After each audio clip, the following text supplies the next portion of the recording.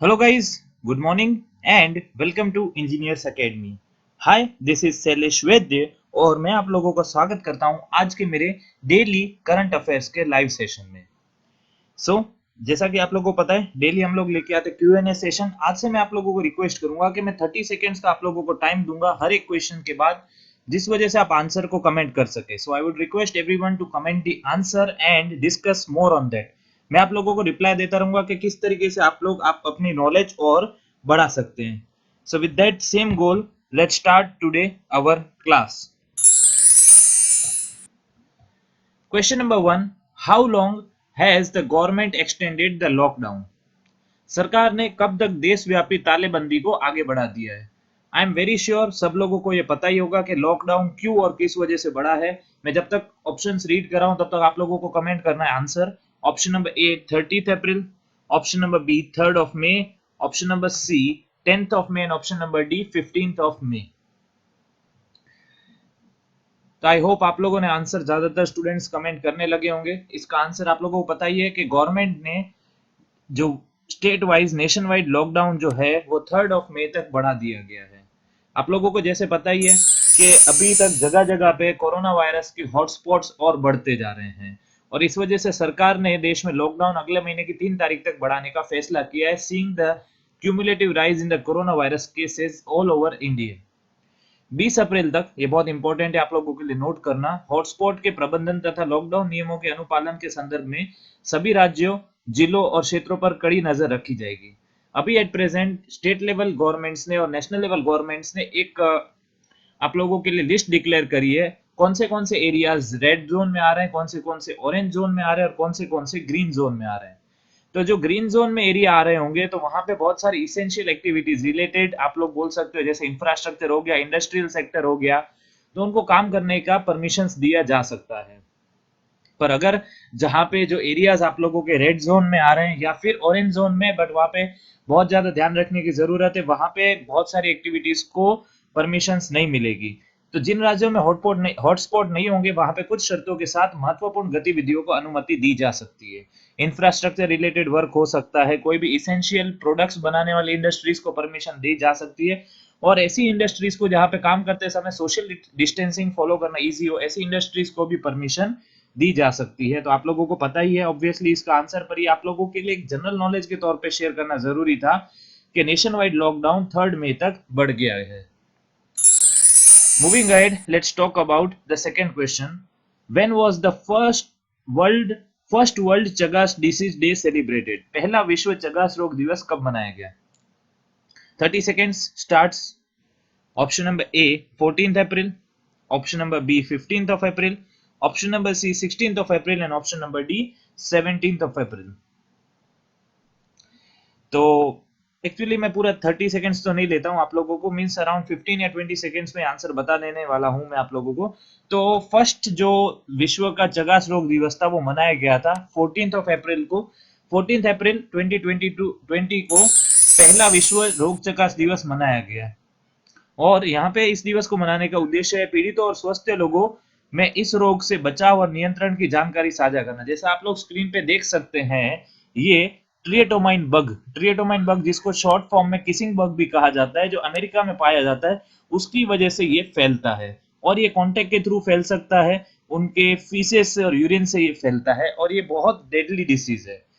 जैसा आप लोग जान सकते हैं हिंदी वालों के लिए चगास रोग को अमेरिकन ट्राइनोसोमासिस भी कहा जाता है। ये एक उष्ण कटिबंधीय परजीवी, मींस यू कैन से बग के साथ में फैलता है। शॉर्ट में कहूं तो एक बग के जो प्रोटीन ट्राइनोसोमा क्रूजी के कारण होता है, मींस एक प्रोटीन की आप लोगों के अंदर मींस एक एक्टिविटी बढ़ा देता है, जिस वजह से आप लोगों को डेथ होने के चांसेस बढ़ जाते हैं। तो आप लोगों को खाली इतना याद रखना है कि first world Chagas day disease day celebrated on 14th of अप्रैल 2020। चलिए आगे बढ़ते हैं हमारे अगले क्वेश्चन के ऊपर। आप लोगों का टाइमर मेरे क्वेश्चन पढ़ते ही शुरू हो जाएगा। When was the 129th birth anniversary of Baba Saheb Bhimrao Ambedkar celebrated? Baba Saheb Bhimrao Ambedkar की 129वीं जन्म जयंती कब मनाई गई? Option number A 13th of April, option number B 14th of April, option number B C 15th of April and option number D 16th of April. तो जैसा आप लोगों को ज्यादातर लोगों को पता ही है कि 14th ऑफ अप्रैल 2020 को मनाएगी बाबा साहेब भीमराव अंबेडकर जी की 129वीं जन्म जयंती 14 अप्रैल 2020 को बाबा साहेब भीमराव अंबेडकर की 129वीं जन्म जयंती मनाएगी। उनका जन्म इसी दिन 1891 में मध्य प्रदेश के इंदौर जिले के महू में हुआ था। बाबा साहेब की जयंती को समानता दिवस दैट इज इक्वलिटी डे और ज्ञान दिवस मींस नॉलेज डे के रूप में मनाया जाता है। डॉक्टर अंबेडकर को 1990 में मरणोपरांत देश के सर्वोच्च नागरिक सम्मान भारत रत्न से सम्मानित किया गया था। ये आप लोगों को याद रखना है, उनको मरणोपरांत भारत रत्न दिया गया था 1990 में। तो यहाँ पे आप लोगों को याद रखना है कि एवरी ईयर 14 अप्रैल 2020 को बाबा साहेब भीमराव अंबेडकर जी की जन्म जयंती मनाई जाती है और उस दिन को पूरे देशव्यापी छुट्टी के तौर पे ऑफिशियली डिक्लेयर किया था 2015 में। बहुत सेक्टर्स चालू रहते थे पहले, पर 2015 के बाद एक स्टेट नेशनल वाइड इसको मतलब ऑफिशियल बैंक हॉलीडे के तौर पे डिक्लेयर कर दिया गया। सारी एक्टिविटीज वहां पे डाउन कर दी गई। चलिए आगे बढ़ते हैं हमारे अगले क्वेश्चन के ऊपर। Which webinar series has been launched by the Ministry of Tourism? पर्यटन मंत्रालय द्वारा कौन सी वेबिनार श्रृंखला की गई है? ऑप्शन नंबर ए देखो अपना भारत, ऑप्शन नंबर बी देखो भारत देश, ऑप्शन नंबर सी देखो अपना देश and option number D none of this. तो इसका आंसर है कि टूरिज्म, मिनिस्ट्री ऑफ टूरिज्म या पर्यटन मंत्रालय ने देखो अपना देश वेबिनार श्रृंखला शुरू की है। देखो अपना देश, option number C is the correct answer. मंत्रालय ने इनक्रेडिबल इंडिया, अतुल्य भारत की संस्कृति और विरासत तथा कई स्थलों के बारे में जानकारी देने के लिए अपना देश वेबी पर्यटन नार श्रृंखला शुरू की है। यहाँ पे मीन्स आप लोग ऐसा बोल सकते हैं वेबिनार सीरीज शुरू की है। उसका हिंदी वर्जन था जो मैं वहां पे पढ़ रहा था। आप लोग देख सकते हैं कि ये आप लोगों को इंस्टाग्राम, फेसबुक और अलग अलग सोशल मीडिया हैंडल्स पर इनक्रेडिबल इंडिया के नाम से आप लोगों को इमेजेस और उन जगहों के बारे में बहुत सारे इंपॉर्टेंट फैक्ट्स आप लोगों को बताता है, जिस वजह से आप लोगों को यहाँ पे प्लेज लेने के लिए तैयार किया जाता है कि आप लोग 2022 तक देश की 15 ऐसी लोकेशन को घूमेंगे जो हमारे लिए बहुत बहुत बहुत देखने लायक है। इस वजह से होगा क्या, देखिए कंट्री वाइज बहुत सारे सेक्टर्स ऐसे हैं जो टूरिज्म डिपेंडेंट है। आप लोगों को ये बात समझनी है कि एक लोकल एम्प्लॉयमेंट बूस्ट होता है टूरिज्म की वजह से।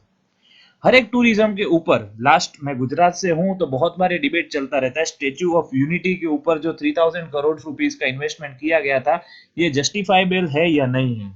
तो ये डिबेट के ऊपर मैं बहुत ज्यादा कमेंट नहीं करना देना चाहता हूं, बट मैं यहाँ पे खाली इतना कमेंट करना चाहता हूं कि एक बात हमेशा याद रखिए कि स्टेच्यू ऑफ यूनिटी जो है वहां पे वो लोकल टूरिज्म को तो बूस्ट कर रहा है, पर साथ ही में वहां पे अपने नियर बाय प्रोक्सीमिटी में बहुत सारे ऐसे ऐसे बिजनेस को भी वो प्रमोट कर रहा है। जैसे वहां पे गाइड्स का बिजनेस हो गया, होटल्स चलाने वाले, होटल्स में काम करने वाले, लोकल टैक्सी वाले, वहां पे हाईवेज पे और दूसरे मीन सर्विसेज प्रोवाइड करने वाले, एक फोर फ्लेज डेवलपमेंट देखने को मिलता है।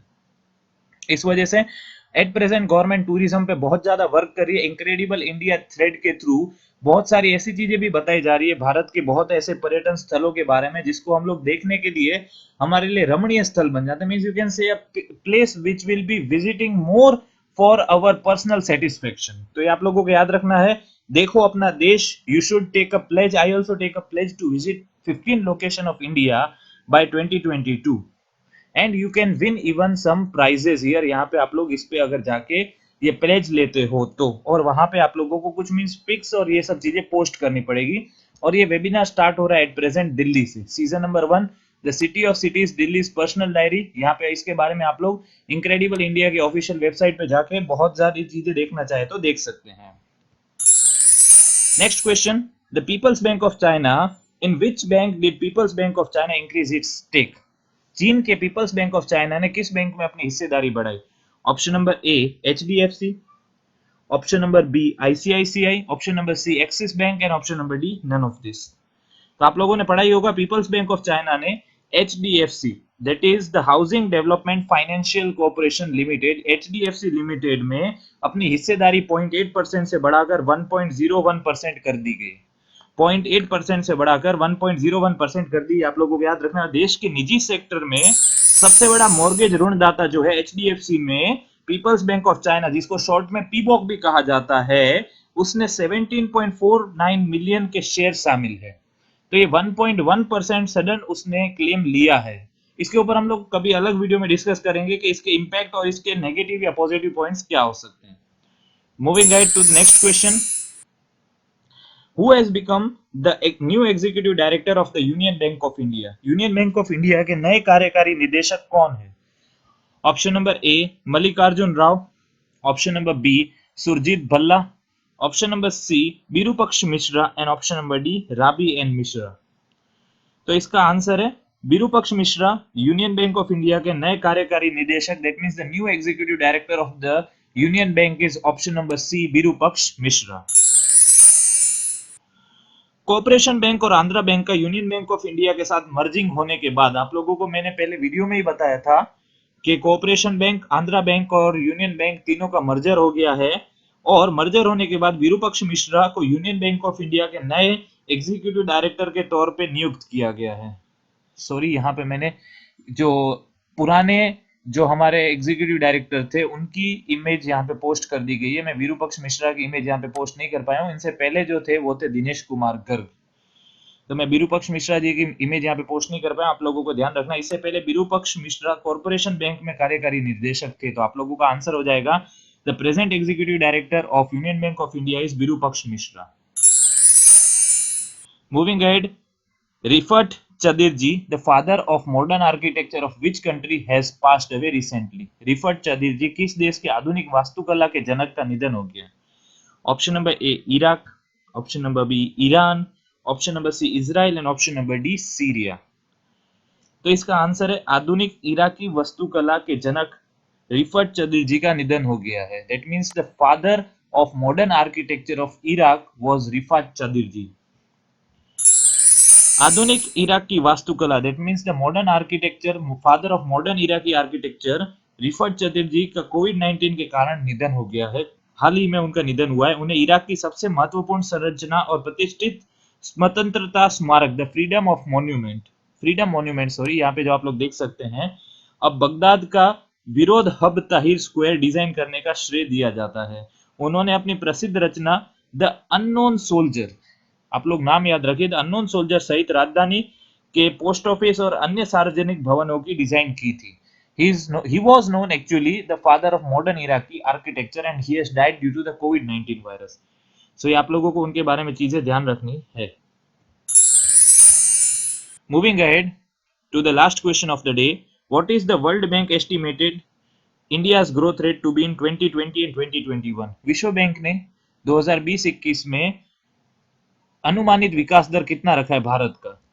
Option number A 2.5 to 2.8%, option number B 1.5 to 2.8%, option number C 2.5 to 3.8%, option number D 3.5 to 3.8%। तो इसका आंसर है भारत का जो ग्रोथ रेट है वो 1.5 से लेके 2.8% रहने की उम्मीद जताई है विश्व बैंक ने, ऑप्शन नंबर बी के तौर पे। विश्व बैंक ने हाल ही में साउथ एशिया इकोनॉमिक फोकस नाम से अपनी द्विवार्षिक रिपोर्ट जारी की थी और इसके अनुमान लगाया गया था, मैं इसके बारे में पिछले एक और दो वीडियो पहले भी बात कर चुका हूं। अनुमान लगाया था कि भारत में इस वित्तीय वर्ष में 1.5 से लेके 2.8% तक रहेगा। मूडीज ने पहले, आप लोगों को याद रखना है कि मूडीज ने पहले भारत का ग्रोथ रेट 2.5% रहने की भविष्यवाणी की थी। उसके बाद फिच रेटिंग में, यहाँ पे मूडीज का तो आ गया है, फिच रेटिंग्स ने सबसे कम शायद मुझे लगता है दिया था भारत को रेटिंग। फिच ने जो रेटिंग दी थी वो थी 2%। उसके बाद एशियन डेवलपमेंटल बैंक एडीबी आप लोग देख सकते हैं, उसने दी थी 4%। गोल्डमैन सैक्स ने सॉरी उससे भी कम दी थी 1.6% एंड एसएनपी ने 3.5% दी थी।